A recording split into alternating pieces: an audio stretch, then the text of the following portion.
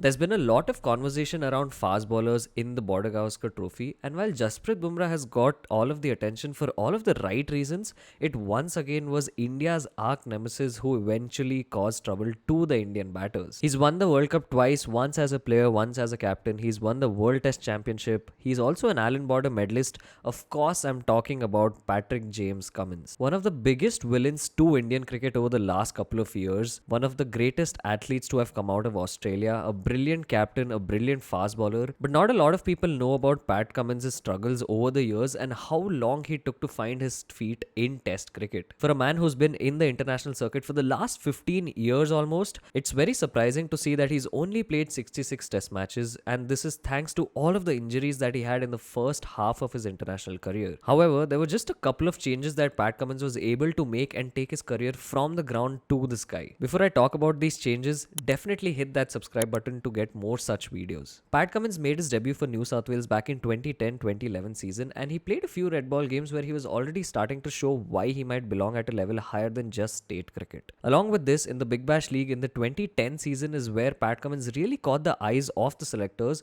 not just for his pace but also for the performances that he put in. He got 11 wickets from just 6 innings at an impressive average of 14. And all of this meant that the selectors really enjoyed Pat Cummins' work, even offering him a central contract for the Australian team for the 2011-2012 season. By receiving this contract, Pat Cummins became the youngest since 1998 to have ever received this Australian contract, and this was the start of something that could be potentially extremely large. Subsequently, Pat Cummins was selected for the Australian tour to South Africa, and he was very lucky in the sense that he was able to make his debut in all three formats of the game, the T20Is, the ODIs, and then finally the Test cricket format as well. And the lead up to Pat Cummins' Test debut was something that was extremely dramatic. Australia were one down in the series after being infamously bowled out for 47 in the second innings of the first Test match, thereby letting South Africa win the game quite comfortably. Not only this, but there were also a lot of questions raised on the Australian fast bowlers, and in particular, Peter Siddle was the one who was targeted and eventually led to him being dropped in the second Test match, which made way for Pat Cummins to make his debut. And just picture this, right? You're a teenager making your debut for the Australian team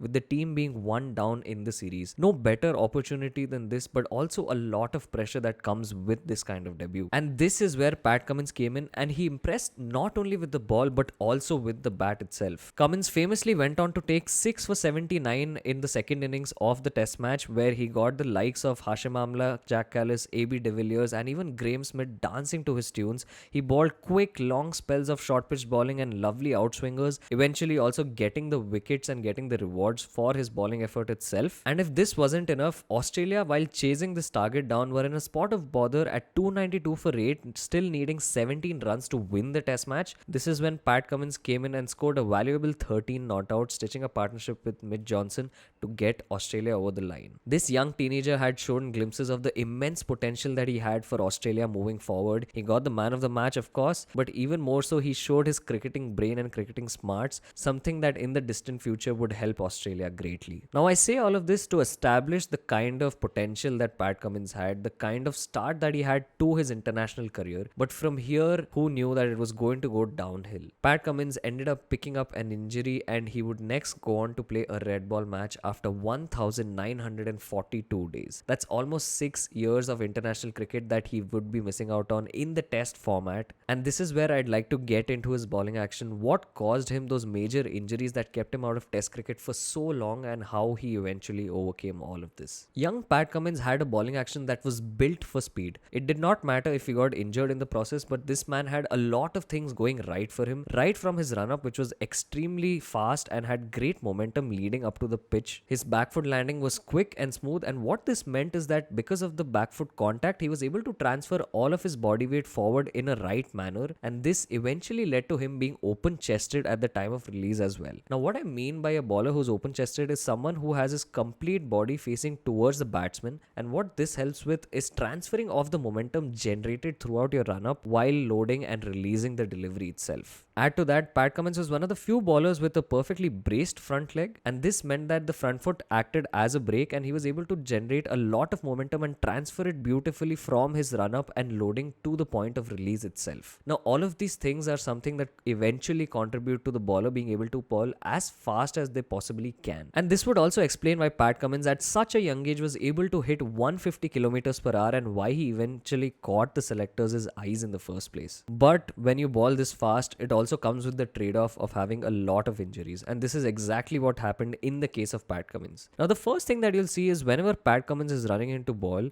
his shoulders are almost crossing against each other instead of him running kind of straight and his body being in a perfectly straight line. This was the first point of friction that was the cause of him having a stress fracture in his lower spine. Now, even after this, the next thing that you want to look at is the point of him loading and releasing. Now, at the time of loading, his front foot was almost pointing towards leg side, and this meant that his body was under immense pressure to twist the body into the right angle at the time of release. Now, it's important to note that at the time of release, a bowler is exerting as much as 9 to 10 times their body weight on the foot itself, and this means that a lot of stress fractures can generally be caused for a fast bowler, and this was the case for Pat Cummins as well because of all the twisting that he was doing to negate the leg side movement of his body at the time of load. He was putting a lot of stress on his side and also on his back itself. Eventually, it was this lateral flexion that caused the stress fractures in Pat Cummins' lower spine. However, something that was really heartening to see is that in any interview that Pat Cummins gave post his injury in South Africa, he would refer to the likes of Brett Lee and Jason Gillespie and how these guys too had undergone a lot of injuries before eventually finding their feet, finding the right bowling action and making it big in international cricket. Just the belief and the mindset that Pat Cummins had from the very start meant that he would eventually overcome this injury. Now it was up to him to find out how he's going to do that, how he's going to make his action better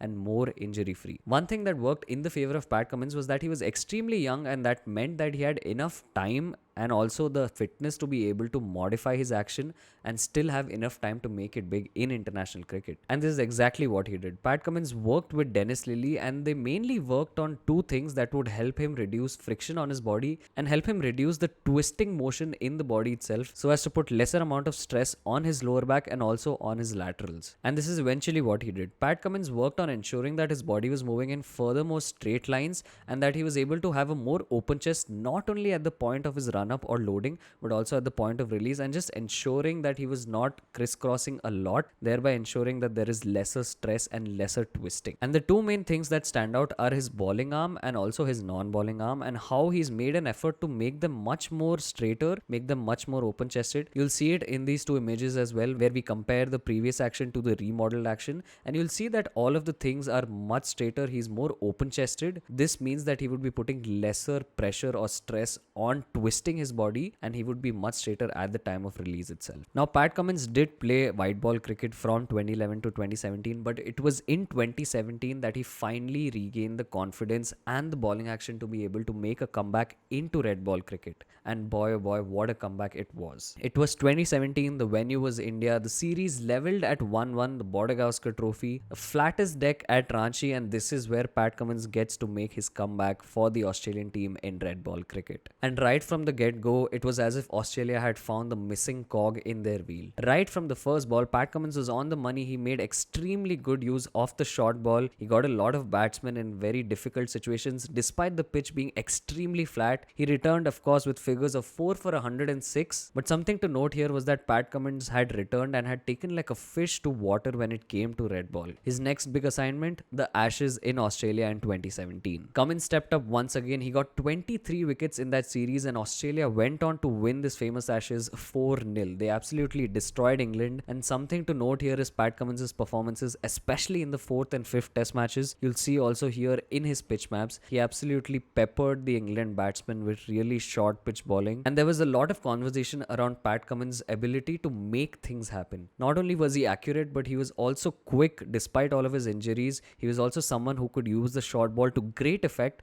and this was also very evident in how the England batters absolutely struggled to play Pat Cummins. And this seemed to finally be the start of greater things to come for Pat Cummins. Not only was he bowling quick, but he was also bowling long spells, which meant that he was more than ready for Test cricket. He also showed that he was a great tactician, and usually he was the man to go to whenever his captain needed wickets. And this is also reflective in all of his stats. Ever since his return in 2017, Pat Cummins has taken the second most wickets in the world in the Test cricket format. Not only that, he also features in the top 5 list for the best bowling averages for bowlers since 2017 who have taken 100 or more Test wickets. And Cummins' rise from here was only exponential. He also is currently the fast bowler with the second best average for Australia to have taken 200 or more Test wickets. And if that wasn't enough, Pat Cummins is also the highest Test wicket taker in the World Test Championship history, and he's the only bowler to have taken 200 Test wickets in the World Test Championship. And unlike a lot of fast bowlers who might only be good at home or might only be good in conditions that aid fast bowling, Pat Cummins defied all of that as well. He's done well all around the world. In fact, the only places where he's averaged 30 plus with the ball are India and Sri Lanka. In India too, the average is 32, which is not all that bad, and in all of the other countries his average is in the 20s. While Cummins' rise to becoming a top fast bowler despite all of his injuries is inspiring in itself, it would be a crime if I did not talk about his captaincy and what he's been able to achieve for Australia, especially in a period where they were undergoing not only a transition but also a very tough time in the red ball format. Now, Cummins took over as the red ball captain in November of 2021 when Tim Paine resigned from the captaincy position. And about exactly a year later, he also took over white ball captaincy in the November of 2022. And a lot of questions were initially raised on Cummins being the captain in either of these formats because of the fact that he was a fast bowler and how fast bowlers have been prone to injury. But kudos to Cummins, not only has he been a great captain, but he's also been a captain who's obviously captained his side regularly, been extremely fit, and above all has won important tournaments. To name a few, as I did in the start, Cummins has won the ODI World Cup in 2023, where everyone knew that India were the favourites leading up to that final, especially the way he captained after Australia had an initially bad start to the tournament. From there, it was an inspired effort for him to take the team to the final and for him to ball that spell in the final, get Virat Kohli's wicket, marshal his troops, and eventually win that World Cup. If that wasn't enough, he's also won the World Test Championship once again against India, which also explains why he's been one of the greatest villains against Indian cricket. And if that wasn't enough, he's also now won the Border Gavaskar Trophy 3-1 after 10 years for Australia, in Australia. Cummins' contribution with the bat is also something that definitely will not go unnoticed. He's played a lot of crucial knocks in crucial situations and made sure that his team has got home across the line. He's also only one of 2 Australian captains to have taken 100 plus wickets as captain in their test tenure. And really, this is all there is to the story of Pat Cummins. He's still only 31 years of age and has a lot of cricket left in him. Only time will tell the greater heights that he will achieve. But all in all, it's a great story of problem solving and how if you know what needs to be done and if you have the belief to do it, then you can move to greater heights irrespective of the sport or the format of cricket that you play. This has been a video on Pat Cummins. Definitely hit that like button, subscribe and share this with your friends. All of our links are in the description. We also have an email newsletter, so definitely subscribe to that. All of our socials are in the bio. Thank you so much for watching. Peace.